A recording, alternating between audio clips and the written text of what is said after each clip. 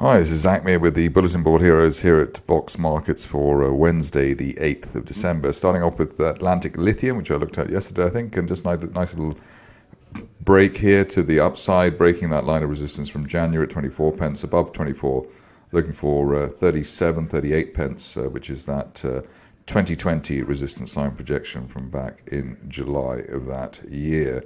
This stage only really well below 20 pence, really killing the idea of a decent breakout for the stock.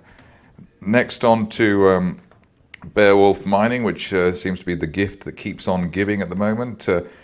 Beautiful chart. The shares hitting that target of 8 pence, then bouncing off it as new support, and above 8 pence, we're looking towards the top of the October 2020 price channel.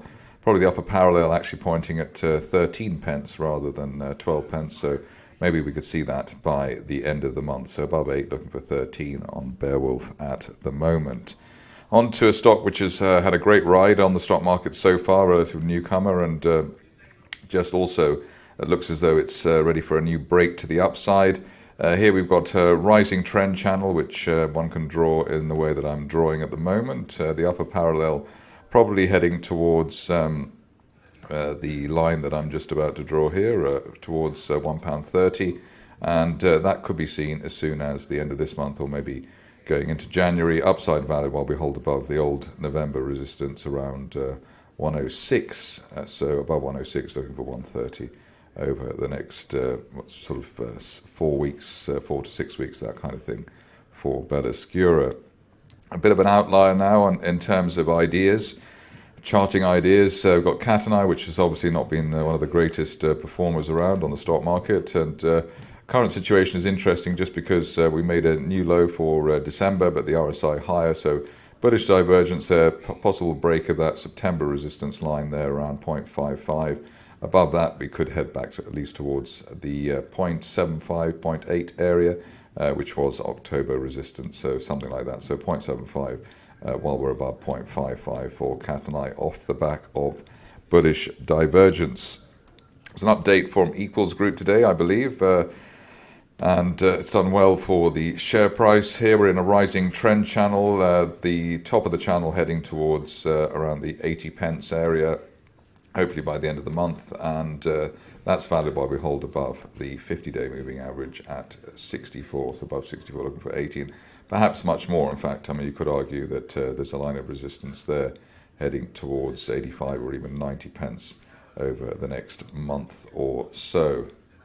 Moving along to a stock which I don't think I've covered before, but worth giving it a bit of airtime. Here we had the gap for future metals off the low, which was great. We've had a higher low and then a gap higher today.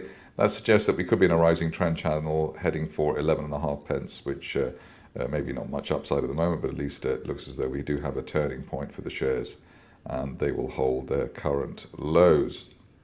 On to Ironveld, again, a stock which has not been around here for quite a while.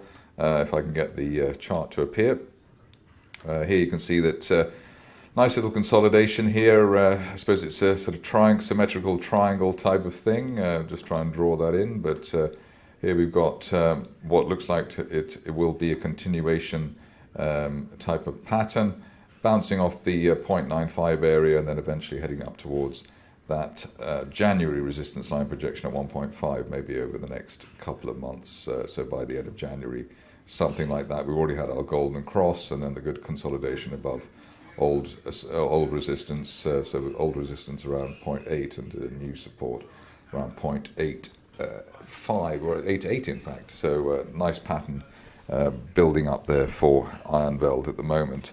COVID situations looking still quite strong, even though Omicron looks like it's a bit of a storm in a teacup. Here we've got the situation with Novacyt at the moment.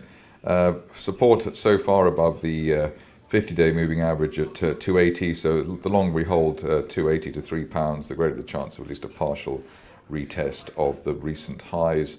Favoured destination maybe up to 360 initially, which is the top of that gap higher that we had last month. So maybe a little rebound for Novacyt at over the near term, maybe the next couple of weeks. On to Rockhopper, which I've managed to avoid quite studiously over the recent past. Maybe that was a mistake. Here we can see that we had the gap down in September, gap higher for December, so that's an island reversal, one of the strongest charting configurations you can have, and that does suggest that while we're above the 50-day moving average at 5.6 pence, we could head up to the 200-day line at around 8.5, maybe by the end of this month. Finishing off with a stock which looks like it's trying to rebound off these lower levels. The reason for the relative enthusiasm today is that we had that low last month around 66.5 pence. We just broke that briefly over the early part of this week, and potential bear trap reversal in place for a Tirupati on an end of day close above 66.5, which we hopefully will get today. Also, we've got bullish divergence, so we had the RSI low there around 20 last month, a higher RSI trace at 32 at the moment, which is bullish divergence. So bear trap reversal with bullish divergence should take the shares up towards the area of the 50-day moving average, currently at around 83 pence, maybe by the end of the month, something like that. That's it from me today. More updates tomorrow.